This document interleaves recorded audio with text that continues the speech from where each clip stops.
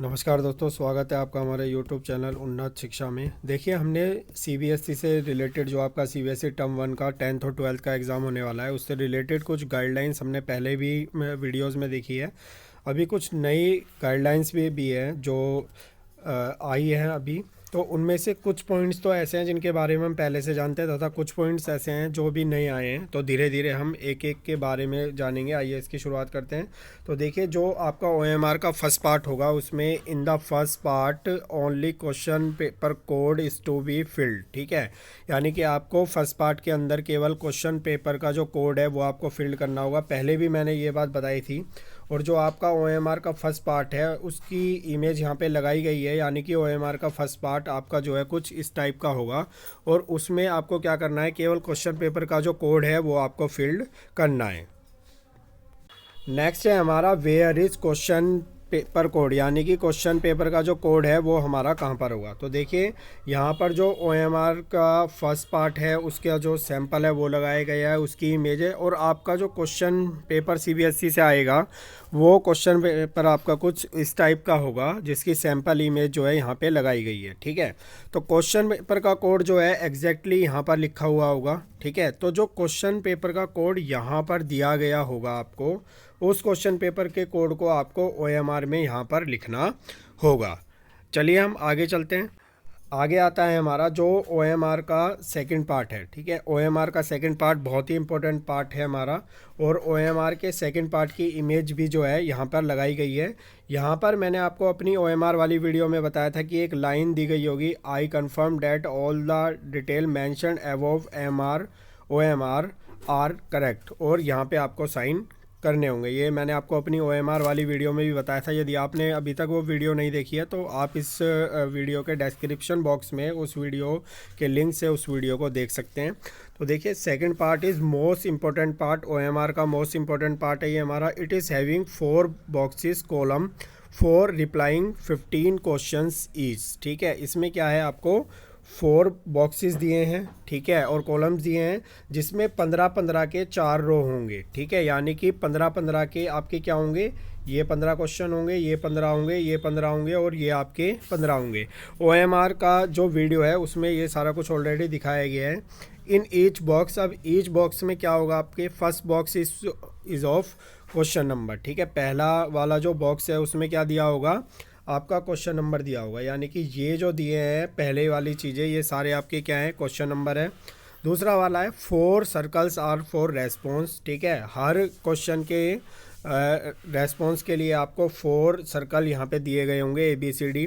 Next box is for writing response. ठीक है, हमने OMR वाली वीडियो में देखा था कि राइटिंग रेस्पॉन्स के लिए आपको अगला वाला बॉक्स दिया है। जो ये वाला बॉक्स है जो आपका पूरा ब्लैंक है, ये आपको जो आपके रेस्पॉन्स है वो राइट करने के लिए दिया है। Next circle is for the question is not attempted.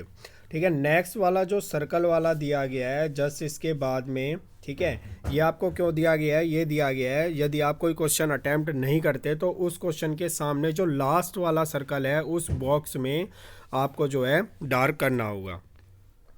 Next है space given at the end is for writing statement and signature by the candidate. यही मैंने आपको बताया था कि यहाँ पे एक स्टेटमेंट होगी और वो स्टेटमेंट कॉपी करने के बाद में, लिखने के बाद में, अपनी राइटिंग में लिखने के बाद में, और स्टेटमेंट लिखने में आप एक बात का बहुत ध्यान रखेंगे कि आप इसको कैपिटल में नहीं लिखेंगे। इसको आप पहला लेटर जो आपका स्टार्ट करोगे केवल कैपिटल वो होगा, इसके बाद आप पूरी जो स्टेटमेंट है वो स्मॉल में ही लिखोगे और स्टेटमेंट लिखने के बाद यहाँ आप अपने साइन कर दोगे। देखिए, OMR में एक थर्ड पार्ट भी होगा, लेकिन ये थर्ड पार्ट हमारी पिछली वाले OMR में नहीं था। ये थर्ड पार्ट जो है आपके लिए नहीं होगा। ये थर्ड पार्ट जो है ऑफिशियल यूज़ के लिए होगा। CBSE के जो ऑफिशियल्स होंगे, चाहे वो हमारा जो हमारे एग्जामिनेशन को चेक करने वाले ऑब्जर्वर है, ठीक है, इवेल्युएटर्स है, वो उनके लिए होगा। तो ये वाला पेज जो है ये आपके लिए नहीं है, आपको इसमें कुछ भी नहीं करना है। ये केवल जो है CBSE के ऑफिशियल यूज़ के लिए है। नेक्स्ट है आपका इन्फॉर्मेशन अबाउट एग्ज़ाम। ठीक है, एग्ज़ाम के बारे में क्या इन्फॉर्मेशन है। देखिए, एग्ज़ाम का जो आपका ड्यूरेशन है वो आपका 90 मिनट का होगा।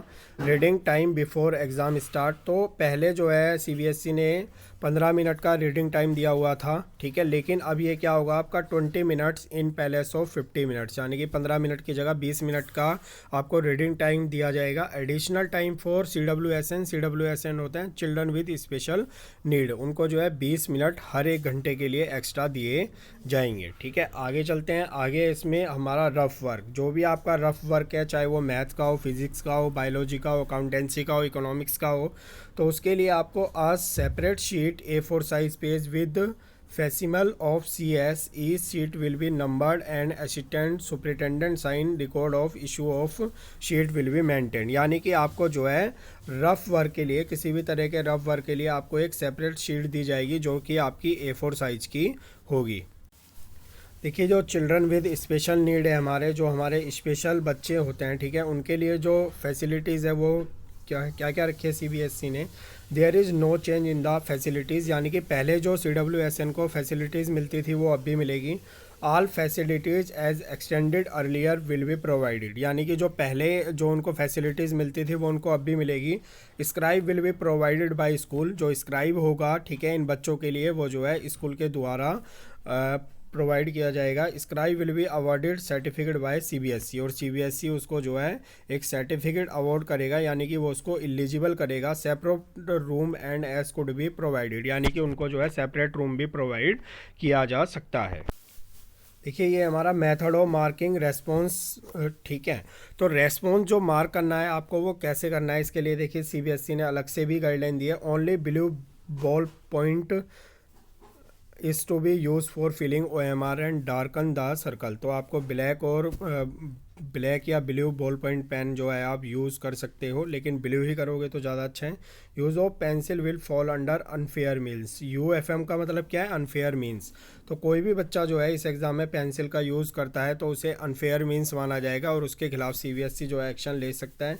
Living circle blank by student will also fall under unfair means. देखिए, ये वाला पॉइंट जो है, ये वाला पॉइंट हमें अब तक नहीं पता था कि यदि आप सर्कल को ब्लैंक छोड़ते हैं तो वो क्या माना जाएगा, अनफेयर्स मीन्स के अंदर आ जाएगा। यानी कि अगर आप किसी क्वेश्चन को अटैम्प्ट नहीं कर रहे हैं या आपको कोई क्वेश्चन छोड़ना है, तो मैंने आपको बताया था कि अनअटेम्प्टेड क्वेश्चंस के लिए आपको हर एक क्वेश्चन के सामने जो राइटिंग रेस्पॉन्स का बॉक्स दिया है उसके बाद जो सर्कल दिया है वो आपको फिल करना होगा अगर आप क्वेश्चन को अटैम्प्ट नहीं कर रहे हैं तो इस बात का आप जो है विशेष ध्यान रखें कि आप कोई भी सर्कल जो है वो ब्लैंक ना छोड़ें।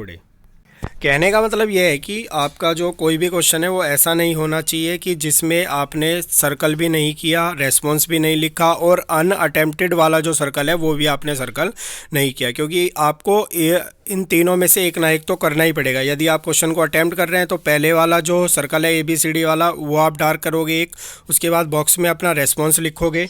यदि आप अटैम्प्ट नहीं कर रहे हैं तो जो थर्ड वाला जो आपका सर्कल होगा उसको आपको डार्क करना होगा, ठीक है। आगे students will be informed about marking response by the school के द्वारा भी आपको इसकी जानकारी दी जाएगी। Student will reach each question carefully and decide which option is correct, ठीक है। ध्यान से आपको पढ़ना है, उसके बाद ही आपको करेक्ट का डिसाइड करना है।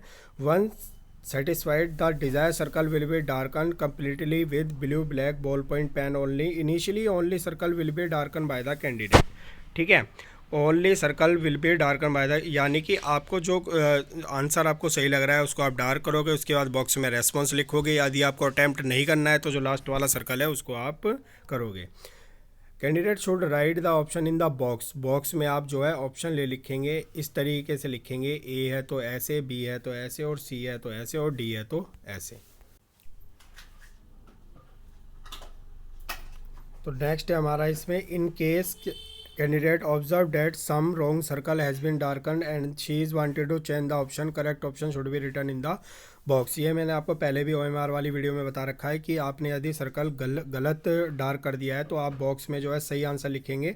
Answer return in the box will be consider for deciding the correctness of the reply, यानी कि आपने जो बॉक्स में आंसर लिखा है उसको ही फाइनल माना जाएगा। नेक्स्ट है आपका, as more question are given in the question paper and candidate have to attempt less number of questions, hence for question not attempted candidate have to darken the circle given in the below sign 4, ठीक है। यानी कि question paper में जो आपका जो last वाला circle होगा जो कि इस साइन के नीचे शो हो रहा होगा वो आपको जो है डार्क करना होगा यदि आप जो है क्वेश्चन ज़्यादा दिए गए हैं और आपको लेस अटैम्प्ट करने हैं। तो आगे if no circle is darken and box is also not fit the question will be considered not attempted. ठीक है, यदि आपने किसी क्वेश्चन का सर्कल भी नहीं किया है, ठीक है, सर्कल भी आपने नहीं किया है, बॉक्स भी आपका एम्प्टी है, तो क्वेश्चन को अनअटेम्प्टेड माना जाएगा। नेक्स्ट है schedule of activities one at centre. Centre पे क्या होगा, entry inside the examination centre. तो देखिए सेंटर पर जो आपकी एंट्री है वो 9:45 से 10:45 के बीच होगी। Start of entry bye candidate in exam room. Exam room में जो आपकी एंट्री है वो आपकी 10:30 से 10:45 तक हो सकती है, उसके बाद नहीं होगी। Last entry in the examination centre 10:45, यानी कि अगर कोई लेट होता है तो 10:45 के बाद उसे किसी भी हालत में एग्जामिनेशन सेंटर पर एंटर नहीं होने दिया होगा। तो जो आपके एडमिट कार्ड चेक होंगे वो आपके 10:45 से 11 बजे तक हो जाएंगे। ठीक है, उसके बाद जो आपका क्वेश्चन पेपर है, क्वेश्चन पेपर आपको distribution of the question paper two the candidates 11:10 तक आपको क्वेश्चन पेपर मिल जाएगा। और जो रीडिंग टाइम है वो आपका 11:10 से 11:30 का होगा। ठीक है, और 11:30 से आप जो है रिटर्न वर्क शुरू कर सकते हैं। रिटर्न वर्क मतलब आंसर जो है वो करना, बाकी आप रेस्पॉन्सेज अपना जो डिक्लेरेशन देनी है वो आप उससे पहले कर पाएंगे, लेकिन जो आंसर देने का काम है वो आपको 11:30 से ही करना होगा। 11:10 से 11:30 का जो टाइम है वो आपका रीडिंग टाइम होगा।